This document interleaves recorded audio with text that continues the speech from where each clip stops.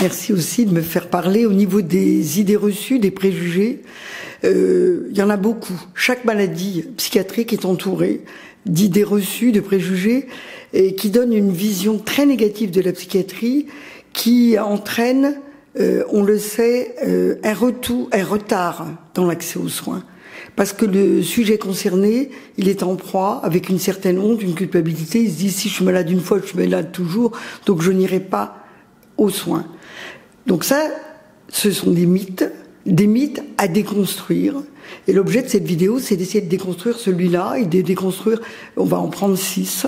Je m'aiderai aussi de l'association Psychom, qui est une association d'information et de formation, de lutte contre la stigmatisation de la maladie mentale. Et c'est important pour baisser les craintes et permettre aussi au sujet d'avoir accès à des soins.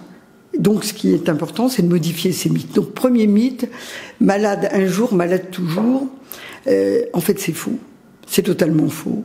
C'est-à-dire qu'aujourd'hui, on a des capacités de rétablissement. Quand on est malade, on peut aller non seulement mieux, on peut aller bien. C'est ce qu'on appelle le processus de rétablissement qui permet, pour le sujet concerné, atteint de troubles psychiques, d'avoir à nouveau une vie affective, stable, une vie familiale, une vie sociale, une vie professionnelle, même s'il reste quelques symptômes résiduels. Il y a de nombreuses études qui le montrent.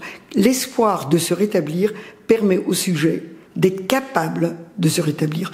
Deuxième mythe, c'est les troubles psychiques, ça ne me concerne pas. C'est totalement faux. Il y a 13 millions de Français qui sont atteints de troubles psychiques et beaucoup plus depuis le Covid de 2020, notamment les jeunes entre 15 et 25 ans qui sont atteints particulièrement de troubles anxieux, dépressifs et d'idées suicidaires. Troisième mythe, les schizophrènes sont dangereux et violents. Souvent, il y a un amalgame entre schizophrénie, dangerosité, violence, et ça aussi on le doit aux médias. C'est totalement faux. Les malades mentaux, notamment les schizophrènes, sont dans 9 cas sur 10 agressés, sont victimes pour seulement un cas où ils sont agresseurs. Il faut le dire, il n'y a aucune corrélation entre maladie mentale et dangerosité, sauf bien sûr s'il y a une prise de toxiques, d'alcool ou d'arrêt de tout traitement. Mythe numéro 4, quand on a des troubles psychiques, quand on a une maladie mentale, on ne peut s'en sortir qu'en étant hospitalisé. C'est totalement faux. La plupart des patients, aujourd'hui, n'ont pas recours à l'hospitalisation.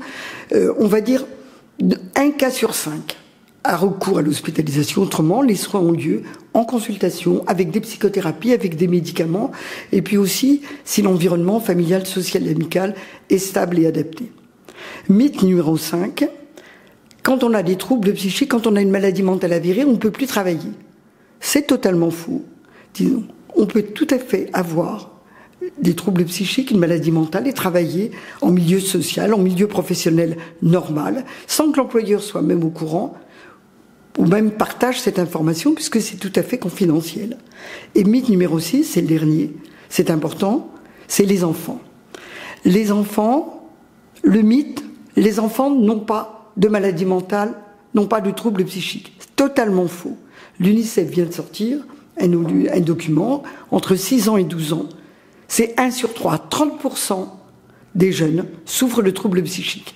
Confronter les mythes, c'est-à-dire des idées reçues, des préjugés à la réalité, permet non seulement de modifier les mythes, mais de modifier les mentalités et surtout de permettre aux gens qui ont des troubles psychiques d'aller demander de l'aide, d'aller demander des soins psychiques.